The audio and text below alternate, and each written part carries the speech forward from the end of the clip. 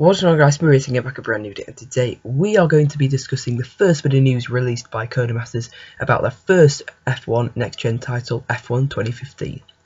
So I'm really excited to be bringing this news and kind of just discussing it. You guys can go and leave your thoughts on this first set of news down in the comment section below. I'll leave a link to the blog they posted with all this, containing all this news down in the comments below. I'm going to also take a few bits of things from Twitter, basically just them confirming, some of your guys' questions. They're happy to reply to any of them, so if you do have any questions about the game, then you can even leave them down in the comment section below. Or if you do have Twitter, then of course go ahead to their Twitter at Formula1Game and ask them a question about the game. Anyway, then let's get straight into it, and probably the first bit of biggest news is that they've announced this all-new broadcast-style presentation that delivers an unmistakable race day weekend atmosphere of a Grand Prix, complete with podium and grid sequences. Yeah, really excited by this bit of news. We've been asking for podiums for so long, and grid sequences is something I've been asking for as well. I know many of you guys will. It's just kind of a little touch. If you don't know what it is by them, grid sequences, they basically just mean that bit where they show you a preview of the grid, go through the grid at the start of the race, because they don't have that on F1 2014, or indeed have never had it on any of the Codemasters F1 games. They've had it in the past, same with the podiums in F1 Championship Edition. But now they're finally implementing it into the game, and I'm very excited. It seems they're really going for kind of a brand new kind of feel and kind of presentation to an F1 race weekend. Hopefully this is going to be developed into some kind of paddock or kind of live the lifestyle career mode. We haven't got anything about that yet, but I'm hoping that could be a further announcement to come. Of course, we haven't got all the news about the game in this first vlog, which they kind of did with F1 2014. But I suppose with F1 2014, there wasn't really anything to say apart from a new handling model and I suppose less features and a more expanded scenario mode. But this time we do have a lot of new features, and that is definitely something that hopefully we're going to get a lot more of as we get closer to release. But which, by the way, is going to be in June. It's going to be on the next gen consoles and PC. Sadly, not on old gen, but that's just the way it's going to be. I know it'll leave a lot of people upset, but I think overall, for the series to progress, it's just got to be that way. Also, a big bit of news is that F1 2014 cars are going to be in the whole season. It's going to be on as bonus content, something I reported back in the start of February, I believe, so kudos to me. But yeah, we already kind of knew this, or I already knew it. A lot of people were kind of like not believing me, or kind of didn't think it was true, but Luke Spring did confirm it on Twitter before he left, so yeah. That is true. Then we are going to be getting the F1 2014 season. We're not quite sure how it's going to be implemented. He says bonus content in the blog, which kind of leads to suggest it's probably not going to be in career mode, I'm guessing, judging by the bonus content. In my opinion, that's a good thing. I mean, it's not really going to be a bad thing, is it really? If it's going to kind of, I don't know what any negatives about it. So yeah, more cars the better. Kind of play the F1 2014 cars without having to go back onto the old game. You can probably still play them online in that a bit of a fun challenge. You can still play as I suppose drivers if you a fan of Chilton, or in my case Sutil. Of course, just being confirmed as Williams reserve driver today.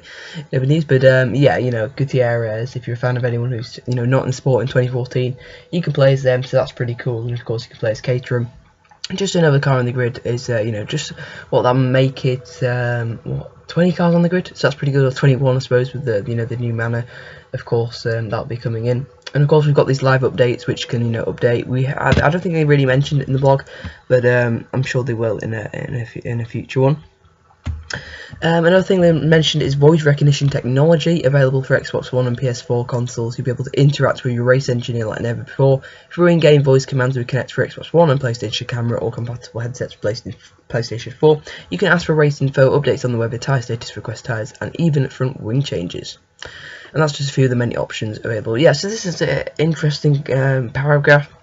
In my opinion, they're not going to be very big, this kind of whole race engineer thing. We've seen it in other games where they've kind of bigged it all up about using Kinect and using the PlayStation 4 camera. But I think when it really comes down to it, no one's going to use it. It's probably going to be broken. It's probably not going to work very well. I think it would be much better if you can kind of manually do it with buttons rather than having to like say it. I'm not sure if that's would it be able to pick it up. This kind of the classic Kinect thing where it doesn't really work that well. I don't have Kinect myself, even on an Xbox One, so I'm not going to go out and buy a Kinect just for this. I don't think it's really worth it. I mean, if you have a Kinect, then of course it's good, but I wouldn't go out, buying a Kinect, just to get this. That would be my advice anyway. I don't think it's been the best feature, but it's in there. We'll just have to see. Also seeing a new championship season mode, they said. So I guess that's a seeing a new championship mode, brand new and very challenging. It's very challenging, so I'm not sure what that means. Championship season, I suppose in previous games that's meant where you just do a season with your favourite driver, because I suppose they don't really have that. I mean, you can do it, you can kind of set it up, but kind of a separate game mode perhaps is what we're going to see a return of, I guess.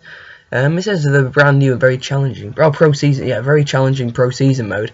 That sounds pretty cool actually. I like the sound of that. Maybe for the kind of hardcore fans, that'd be pretty cool. I don't know, maybe just more challenging AI, more aggressive AI perhaps, I don't know. And of course quick race and multiplayer too. So we're going to get 2 new game modes and championship season mode. I suppose it's kind of a new game mode, but certainly pro season mode I'm very excited about. As well as, of course, you know, the quick race and multiplayer too. So yeah, nice to have a few new game modes. We've got podium and kind of grid sequences to look forward to a better presentation. We've got the camera and that. It's going to be on next-gen consoles, as I mentioned. They're talking a lot about the handling and kind of, they seem to be focusing a lot on the tyres, so they've really improved the tyres. The graphics look really cool. I've never had a problem with them, but, you know, they seem to, you know, talking a lot about, a lot of people, you know, seem to be really liking the graphics. They've got a whole new engine.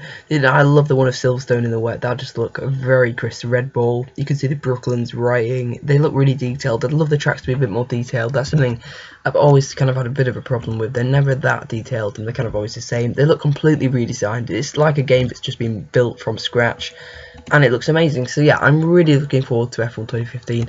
I hope you guys are too. You guys can leave your thoughts down in the comment section below. Will you be buying it? What are you most looking forward to it?